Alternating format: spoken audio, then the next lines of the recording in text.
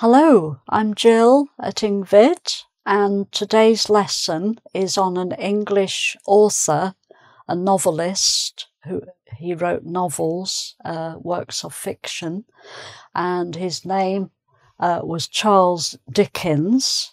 You may have heard of him. You may have read some of his novels or maybe seen film versions of his stories. So he was a Victorian novelist living in the 19th century, and he was very, very popular at the time, and he's still very popular now. He's often on the syllabus for exams that people take in English literature. And his novels are very interesting. They're very unusual characters sometimes, but very, very human stories about people in everyday situations, people with problems and trying to resolve them. So they are very human stories. There's often a bit of a mystery involved, which is only resolved at the end of the story. So what I'm going to do is to give you some quotations from some of his novels. 1, 2, 3, 4, 5 different novels, so 5 different quotations, and I'll just comment a little bit on each one. Because he was writing in the 19th century, his style of writing, it's fairly straightforward. It may seem a little bit strange sometimes. Some of the words are a bit different from how they are today, but mostly it's fairly straightforward to read and to understand. Okay, so let's have a look then at the first one. So, nice and simple to begin with. The office is one thing and private life is another. So that seems quite a modern thing to me to say, because people who work in offices today, maybe some people prefer to keep their work life separate from their private life. Other people prefer to mix things up a bit, but this is a character in this novel called Great Expectations, who is one type of person in the office, but when they're at home in their private life with their family, they're a different type of person. They may be a bit more relaxed, perhaps, in private life, but a little bit more controlled in the office. Okay, so that's an interesting thought. So, Great Expectations, one of Dickens' best-known novels, published in 1861. Okay, so the next one. Women don't always tell the truth about their age.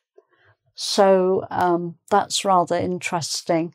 I don't know whether, I think in Dickens' time there was a certain attitude to women that was a little bit, perhaps, a bit of thinking of women as rather separate, because women lived different kinds of lives in those days. They often didn't have a profession, they didn't work, they didn't earn money, they didn't have the same rights, at least in the UK, that women have today. There was much less equality. So that maybe it's a little bit patronising to talk about women in this way. Why should women talk about their age anyway? Why would people ask them about their age? To tell the truth. What he's saying is women, it's a nice way to say women sometimes lie about their age, but why would they have to talk about it anyway? Sometimes on my channel, people ask me, how old are you? And in the UK, that's rather a rude thing to say, to ask. It's not the sort of question you would normally ask. Only someone in doing a job might ask you how old you are if they have to fill a form in for some official purpose. In the UK, they might ask you how old you are, and you're expected to reply truthfully. But normally in social interaction, people don't say, how old are you? Not to men either, men or women. But I suppose there's a bit of a joke, a bit of a tradition that women always knock a few years off their age if they do say what their age is. But normally it shouldn't be necessary to say how old you are anyway. So people who ask me on my channel, I don't answer because it's not the sort of question, it's not a polite question. I know in other societies it's different, and it's okay to ask that question. So there we are. Women don't always tell the truth about their age. And that's from a novel called The Old Curiosity Shop. It's a shop where they sell all sorts of different strange things. And that was published in 1841, 20 years earlier than that one. Okay. Then the next one. There is a wisdom of the head and a wisdom of the heart. So that's quite a deep, profound thing to say. I think it's probably true. So the wisdom of the head is using your logic, thinking things out logically. But there's a wisdom of the heart, which is more instinctive, an instinct that you feel if something is right or not right. And I suppose it's good to have a balance between the head and the heart. Think things through, but also listen to your feelings and your instincts, and perhaps try to get the balance between the two, and not be all of one or all of the other, but a combination. Okay. So that's from a novel called Hard Times. A lot of these novels are very long, but Hard Times is a bit shorter. So that's possibly a good one if you're looking for a Dickens novel to read for the first time. Maybe Hard Times is a shorter one that's quicker to get through. And that was published in 1854. Right, so we have a rather long quotation here, all about money. So this is a character in the novel who he's not very good with money, actually. So it's interesting that he's talking about it in this way. He's always running out of money. So, but he knows how important it is to try not to get into debt, or to try not to spend more than you have and then have to borrow. So he's saying annual income, £20. In those days, I suppose that was an annual income. Nowadays, it might be you'd earn £20 in an hour, or in half an hour, or even less, depending on what your profession is. So in those days, in a year, you might earn £20. That's inflation. So, okay, annual income, £20. Annual expenditure, what you spend, this is what you earn, income. Expenditure, what you spend, annual expenditure, 1996. So that means £19, 19 shillings and 6 pence. If you've seen my video about English money, which includes something about the old currency before we decimalised the currency in the 1970s. If you haven't seen that video, you might like to watch it because I talk about the old currency, which was pounds, shillings and pence, whereas today it's just pounds and pence, and there are 100 pence in a pound. At this time, there were shillings as well in between the pounds and the pennies. So what he's saying is, that's the pound symbol, and he's saying 19 pounds, 19 shillings, and 6 pennies. And you might think, what is this? Shillings? But there were 20 shillings in a pound. Okay. And then 6 pennies. There were 12 pennies in a shilling. So this is like 20 pounds minus 6 pennies. This adds up to nearly 20 pounds, but it's just 6 pennies less than 20 pounds. Okay.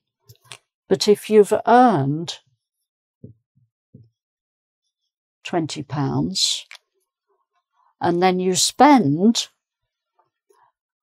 6 pennies less than 20 pounds, that means you still have 6pence left. You're in credit, okay? So that's a good thing. It means you have some money left at the end of the year. You haven't spent it all, okay? It's only 6 pennies, but it's something positive, okay? But then the other part, annual income £20, annual expenditure £20, ought, which means 0 or naught, 0 and 6, result, misery, because that would mean £20, no shillings, but 6 pennies. If you've earned £20, but then you spend £20 and another 6pence, which you don't have, so you've had to borrow it from somewhere, or you are in debt to somebody, the result of that is misery, because you've spent more money than you've earned. I think this is a very good lesson for nowadays, when people are made to feel that borrowing is okay and it's normal and everybody borrows. It can be disastrous. That's what happened when the stock market crashed in, when was it, 2008. Too many people were borrowing too much money. There was too much debt, and the banks collapsed. So that's the big example of what can go wrong and result misery. A lot of people lost their jobs. A lot of companies failed. So there we are. A very, very wise thing to say, but it's from a character who actually finds it very difficult himself to have any money left at the end of the year. So there we are. So that was published in 1850, the novel called David Copperfield. And David Copperfield is the hero of the book. Right. And then finally, I think this is a nice one to end on. Sleep, heaven's gift to all its creatures. It's meaning heaven's creatures, okay? So sleep is a gift given by God to everybody. Creatures can mean humans, animals, birds, all of them, all of us sleep, and that sleep is a good thing because it restores you for another day. And if you can't sleep, it's it's a bad thing. And that's from a novel called Barnaby Rudge, published 1841. Okay, so I hope that's been, whether or not you're familiar with the works of Charles Dickens. I don't know how many languages. He's probably translated into quite a lot of other languages, so you may have read some of his stories in your own native language. But if you haven't really met Charles Dickens before or read any of his books, you might like to give them a try. And again, there are film versions of his stories, so that would be a good introduction to get to know the story first before you read the novel. But there we are. That's just a few examples of his novels. He wrote a lot more than this, but this is just a selection to introduce to you. Okay, so I hope you've enjoyed the lesson. Thank you for watching, and I hope to see you again soon. Bye for now.